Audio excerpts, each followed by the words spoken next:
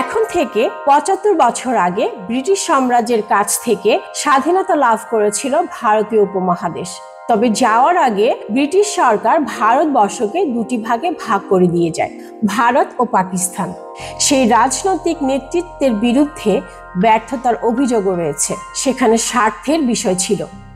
বেখেয়ালি গল্পের আজকের পর্বে আমরা জানব কেন ভারতবর্ষ ভাগ হয়েছিল এবং এর প্রভাব সম্পর্কে। ডক্টর গ্যারেথ প্রাইস বলেন, ভারতের স্বাধীনতা ঘনিয়ে আসার সময় অনেক ভারতীয় মুসলিম ভাবতে শুরু করেন তারা কিভাবে একটি হিন্দু শাসিত দেশে থাকবেন। তারা ধরে নিয়েছিলেন তেমন কোনো সুযোগ সুবিধা পাবেন না। এই আলাদা একটি মুসলিম দেশের জন্য তারা আন্দোলনে থাকা রাজনৈতিক নেতাদের সমর্থন জোগানো শুরু করেন। ভারতবর্ষে 1947 সালে জওহরলাল নেহেরু, মোহনদাস করমচাঁদ গান্ধী এবং সর্দার বল্লভভাই প্যাটেল সহ কংগ্রেস নেতৃত্ব এক জাতির দেশ দাবি করেছিলেন। তৎকালীন মুসলিম লীগ নেতা মোহাম্মদ আলী জিন্নাহ তখন বলেছিলেন, হিন্দু মুসলিমদের একই জাতীয় পরিচয়ে পরিচিত করা একটা স্বপ্ন মাত্র। মিস্টার জিন্নাহ তখন দ্বিজাতির তত্ত্ব দিয়েছিলেন। এর আগে 1940 সালে তিনি লাহোরে এক বক্তৃতায় ভারতীয় উপমহাদেশে মুসলমানদের জন্য পৃথক রাষ্ট্রের প্রয়োজনীয়তার কথা বলেছিলেন। ব্রিটিশ শাসনের অধীনে প্রায় 2 শতক ধরে শোষিত হচ্ছিল ভারত। তবে 1905 সালের বঙ্গভঙ্গ এবং 1920-এর দশকের অসহযোগ আন্দোলনের মাধ্যমে ব্রিটিশ বিরোধী মনোভাব দ্রুত বৃদ্ধি পায়। এর মধ্যে ধর্মীয় বিভাজনও ধীরে ধীরে বাড়ছিল। মুসলিম সম্প্রদায়ের মধ্যে একটি ধারণা তৈরি হয় যে হিন্দু সংখ্যাগরিষ্ঠ ভারতে তাদের অধিকার সুরক্ষিত থাকবে না। 1940 সালে লাহোর প্রস্তাবের মাধ্যমে মুসলিম লীগ একটি আলাদা রাষ্ট্রের দাবি তোলে, যার নেতৃত্বে ছিলেন মোহাম্মদ আলী জিন্নাহ। 1947 সালের শুরুতে লর্ড লুই মাউন্টব্যাটেন দায়িত্ব গ্রহণ করেন। ব্রিটিশ সরকার দ্রুত ক্ষমতা স্থানান্তরের সিদ্ধান্ত নেয়।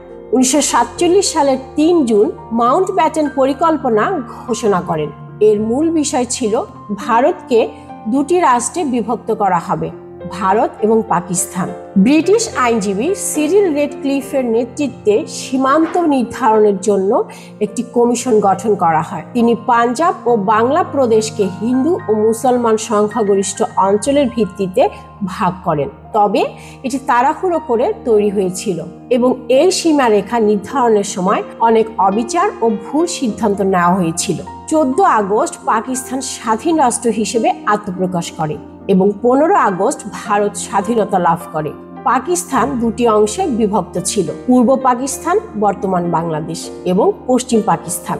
এই বিভাজনের ফলে ভারত ও পাকিস্তানের মধ্যে স্থায়ী শত্রুতা তৈরি হয়, যা পরবর্তীতে কাশ্মীর সমস্যা এবং আরও অনেক যুদ্ধের মূল কারণ হয়ে দাঁড়ায়।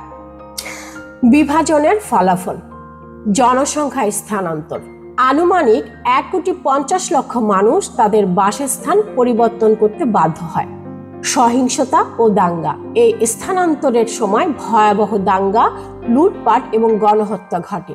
আনুমানিক 10 লক্ষ মানুষ প্রাণ হারায়। সম্পত্তি ও সম্পদ বিভাজন। প্রশাসনিক কাঠামো এবং সামরিক সম্পদের বিভাজনও জটিল ছিল। কাশ্মীর সমস্যা। বিভাজনের পর কাশ্মীর একটি মূল বিরোধপূর্ণ এলাকা হয়ে ওঠে, যা ভারত ও পাকিস্তানের মধ্যে দীর্ঘস্থায়ী সংঘাতের কারণ।